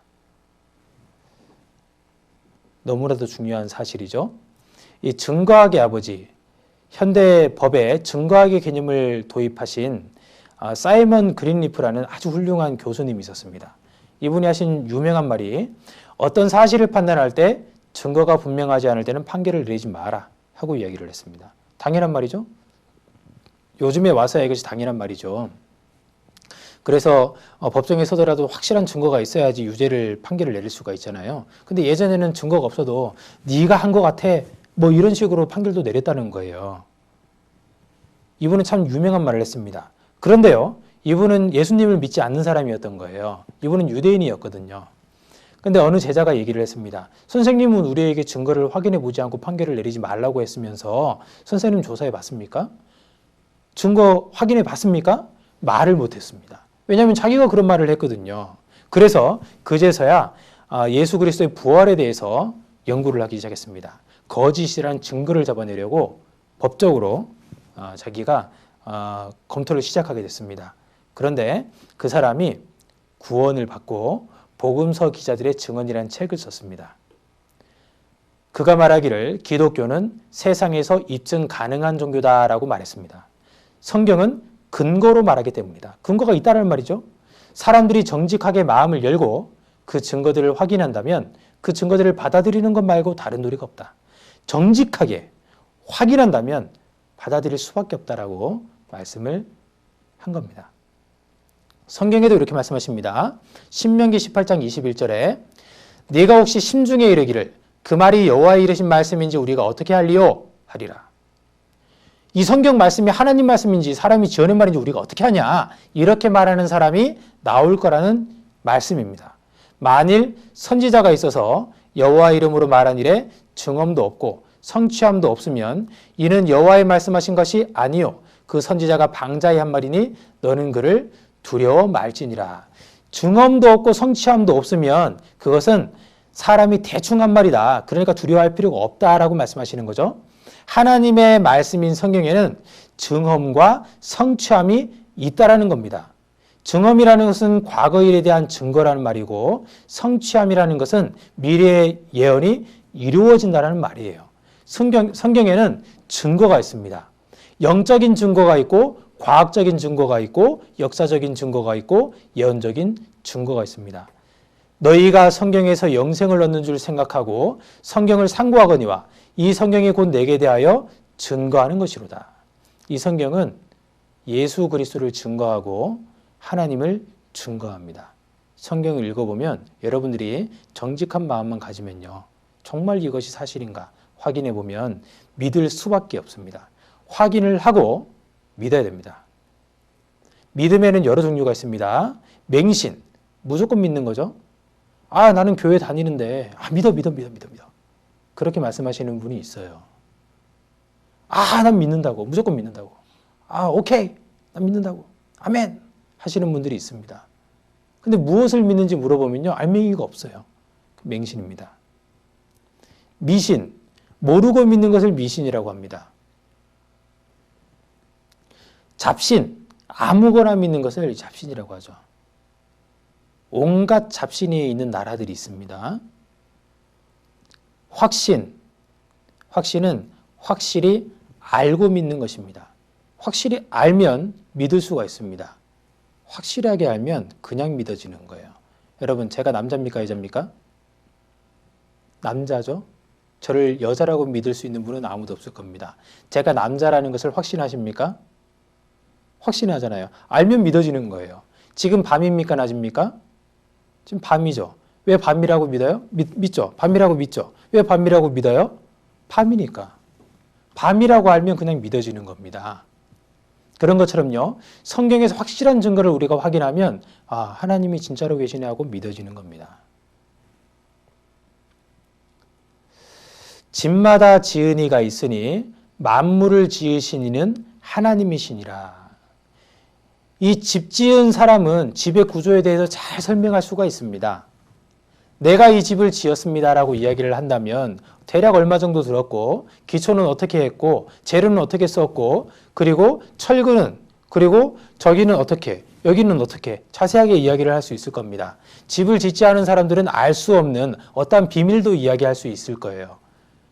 네, 만물을 지으신 이는 하나님이시니라 하고 말씀을 하셨기 때문에 하나님은 만물을 지으셨다고 말씀하셨기 때문에 이 만물에 대해서 사람보다 자세히 아실 수밖에 없습니다.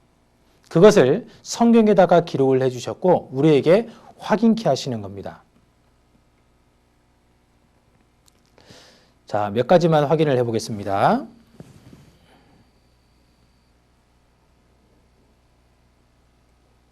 욥기 36장에 그가 물을 가늘게 이끌어 올리신 즉 그것이 안개되어 비를 이루고 그것이 공중에서 내려 사람 위에 쏟아지느니라.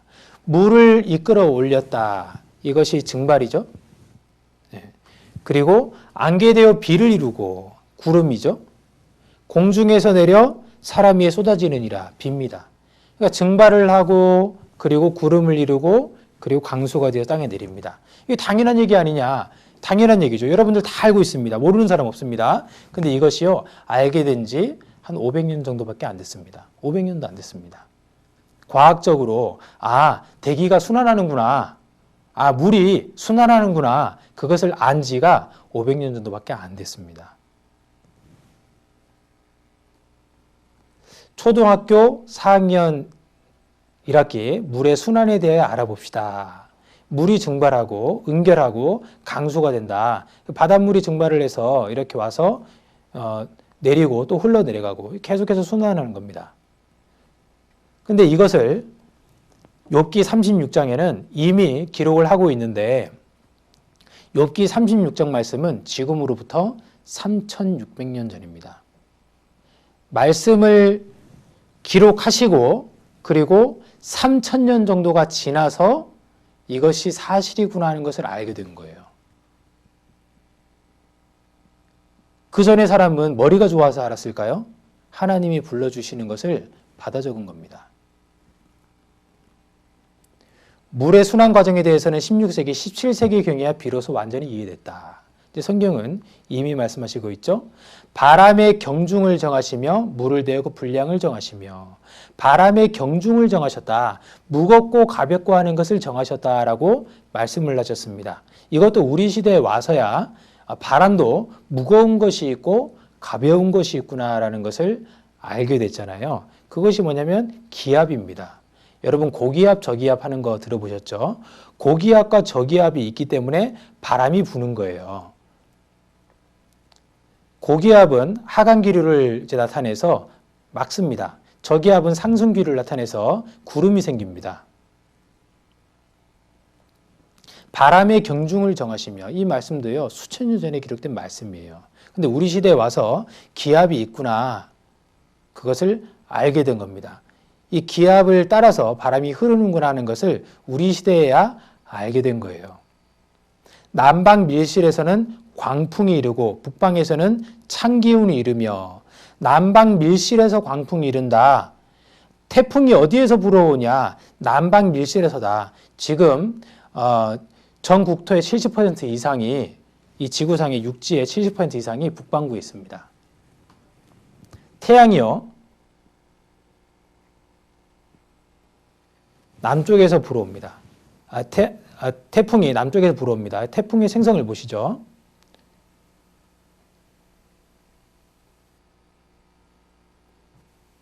태풍이 이렇게 생겨나는 거예요. 태풍이 적도지방에서 생겨서 북쪽으로 올라옵니다. 남방 밀실에서 광풍이 이른다 하는 그 말씀이 예전에 사람들이 알고 썼을까요? 가보고 썼을까요? 그것이 아닙니다. 사람의 지혜로 쓸 수 있는 것이 아닙니다. 공중의 새와 바다의 어족과 해로에 다니는 것이니이다. 바다에 길이 있다는 말씀이죠. 근데 이것은요, 우리 시대에 거의 와서 밝혀진 내용입니다. 바다에 해류가 흐릅니다. 이 해류가 흐르는데 이것이 우리 시대에 와서 알게 된 거예요. 최근에 와서. 이제 우리나라에서 미국까지 가는데 똑바로 간다고 해서 제일 빠른 것이 아닙니다. 이 물이 흐르는 방향을 따라서 올라갈 때는 북쪽으로, 돌아올 때는 남쪽으로 이런 식으로 물이 흐르는 방향을 따라서 갈 때 훨씬 빠르게 이동할 수 있고 훨씬 경제적으로 이동할 수가 있습니다. 이런 길이 굉장히 많은 거예요. 이것을 마울이라는 사람이 1800년대에 발견하게 되는 겁니다. 해로와 해로의 발견자. 이 사람이요, 시편 8편을 병상에서 읽다가 이 해로에 대한 말씀을 읽고 바다에 길이 있다고 영감을 받습니다. 그리고요, 영감을 받은 대로 연구를 해서 이 바다의 길을 발견하게 된 겁니다. 욥기 36장에 그가 물을 가늘게 이끌어 올리신즉 그것이 안개되어 비를 이루고 그것이 공중에서 내려 사람 위에 쏟아지느니라. 그가 번개빛으로 자기의 사면을 두르시며 바닷밑도 가리우시며 이런 것들로 만민을 징벌하시며 이런 것들로 식물을 풍부히 주시느니라. 번개와 물을 이야기합니다. 물과 번개가 만민을 징벌한다. 그리고 식물을 풍부히 주시느니라. 징벌한다는 이야기는 이해가 좀 됩니다. 번개 치면 무섭잖아요. 그런데 식물을 풍부히 주신다, 이 말이 이해가 안 되는 거예요. 식물은 음식을 말하는 겁니다. 근데 음식을 이 번개가 준다, 이해가 안 되는 겁니다. 이 번개는 무서운데 근데 이 번개가 무슨 음식을 주느냐, 이해가 안 됐습니다. 그런데 1995년도에 와서 번개는 생명체의 최대 질소원이다 하는 것이 밝혀지는 겁니다. 이렇게 구름이 이동할 때 어마무시한 번개가 칩니다.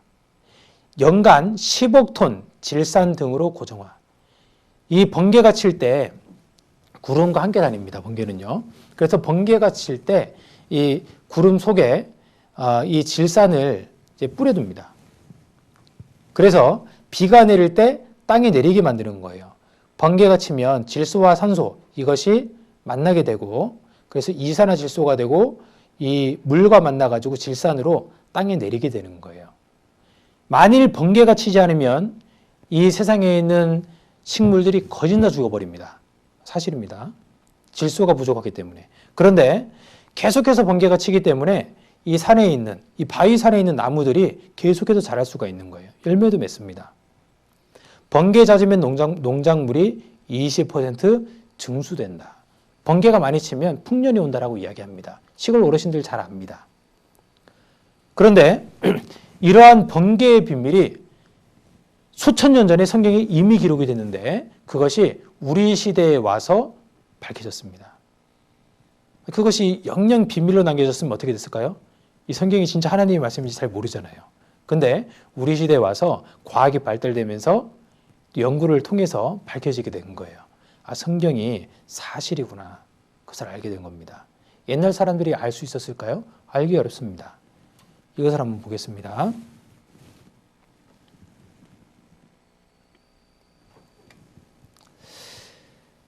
그는 북편 하늘을 허공에 펴시며 땅을 공간에 다시며 하고 말씀하셨습니다.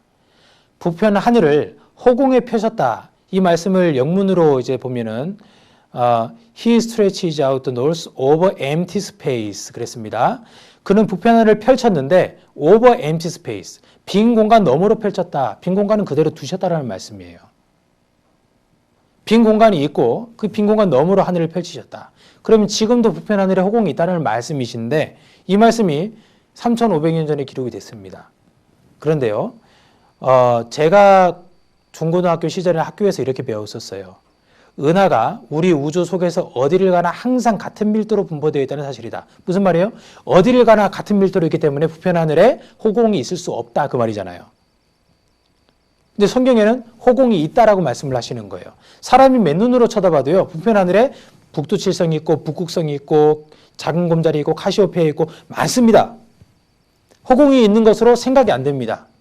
그런데요, 성경에 허공이 있다라고 말씀하셔요. 사람 생각이면 쓸 수 있어요? 사람 생각이면 못 쓰는 겁니다.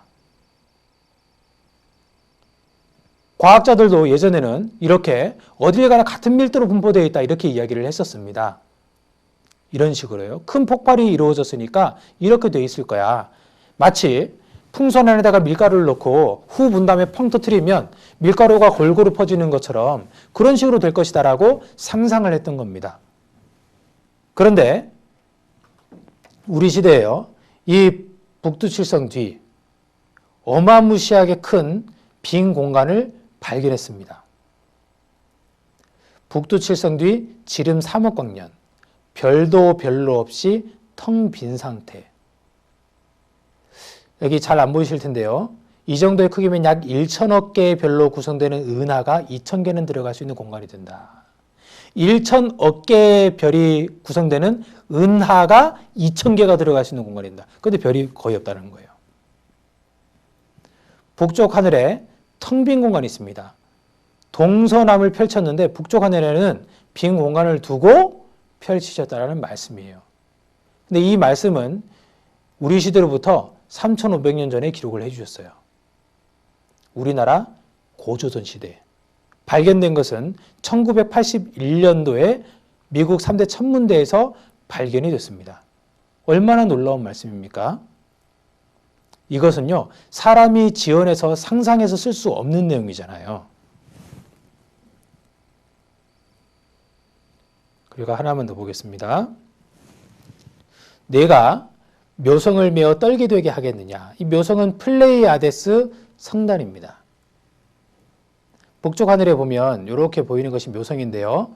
사람이 맨눈으로 봤을 때 한 7개 정도가 보입니다.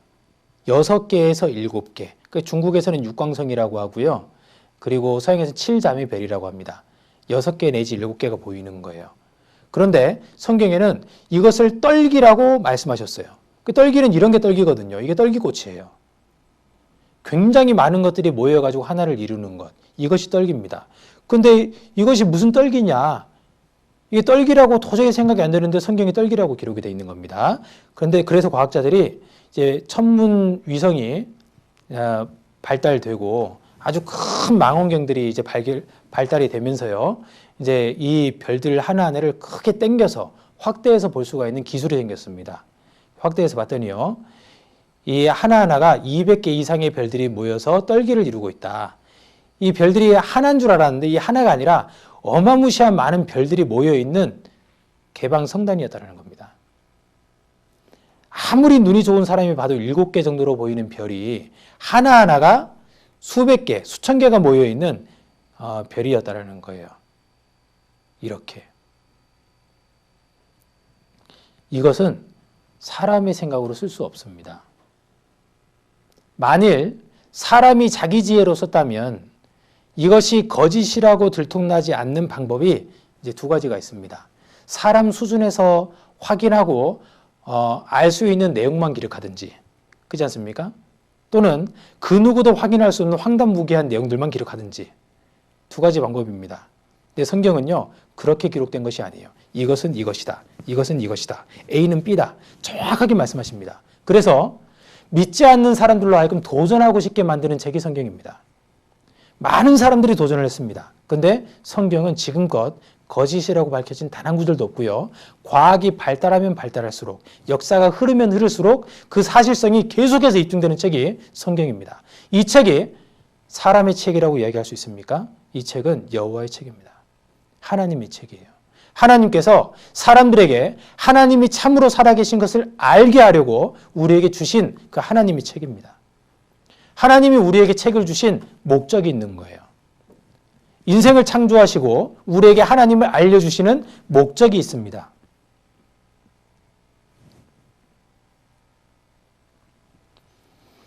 자, 정리해 보겠습니다. 인생에 너무나 중요한 질문이 있습니다. 영혼이 있을까? 죽음 이후에 세계가 있을까? 창조주 하나님은 정말로 계실까? 성경은 무엇인가? 창조주 하나님의 분명한 증거가 있는가? 이 사실이 왜 너무나 중요할까요? 우리 각자는 모두가 죽음을 맞이해야 되기 때문에 그렇습니다. 이 세상 살 때는 이거 몰라도 아무런 문제가 없어요. 그런데 어느 날 갑자기 죽음이 나를 찾아왔을 때 그때 문제가 되는 겁니다.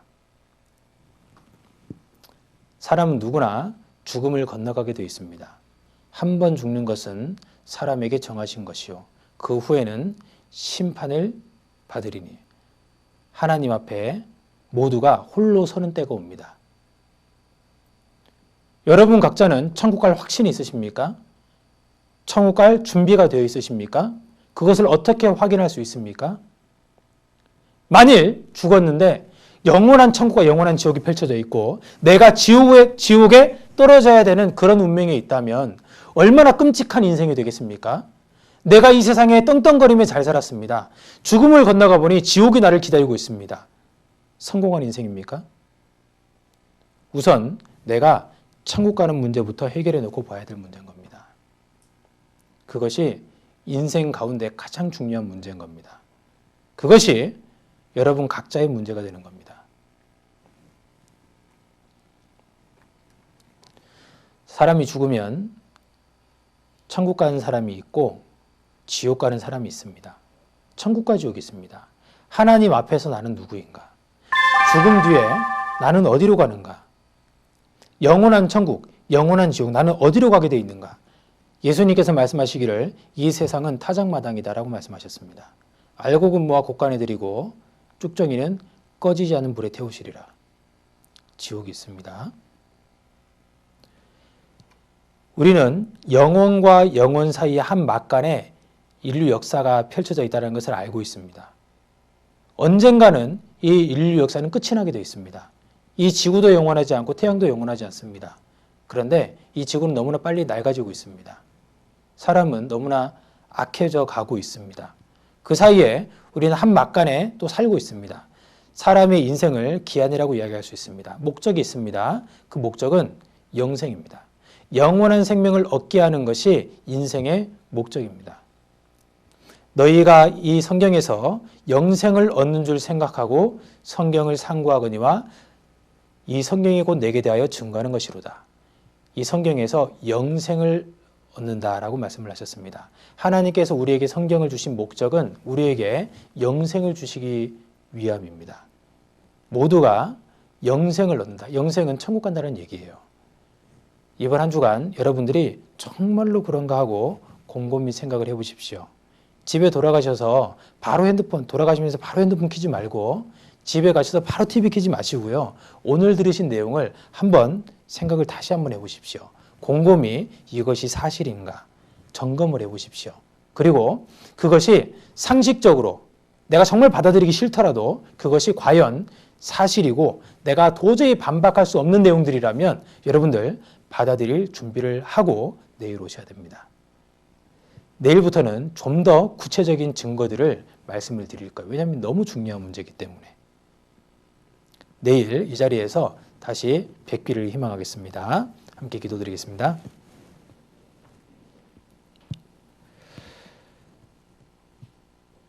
하나님 참으로 감사합니다. 저희 인생들에게 하나님을 알 수 있도록 기회를 주시고 성경을 주셔서 저에게 하나님을 분명히 알 수 있는 이 좋은 기회와 또 은혜를 베풀어 주심을 감사합니다. 이곳에 나오신 모든 분들이 하나님을 알 수 있도록 도와주시고 영혼의 문제를 해결해서 영원한 천국에 들어갈 수 있는 확신을 얻을 수 있도록 도와주시옵소서. 오늘 돌아가는 발걸음도 지켜주시고 내일 이 자리에 모두가 또 함께 모일 수 있도록 도와주시옵소서. 저희를 사랑하시는 예수님 이름으로 기도드렸습니다. 아멘. 네, 마치겠습니다.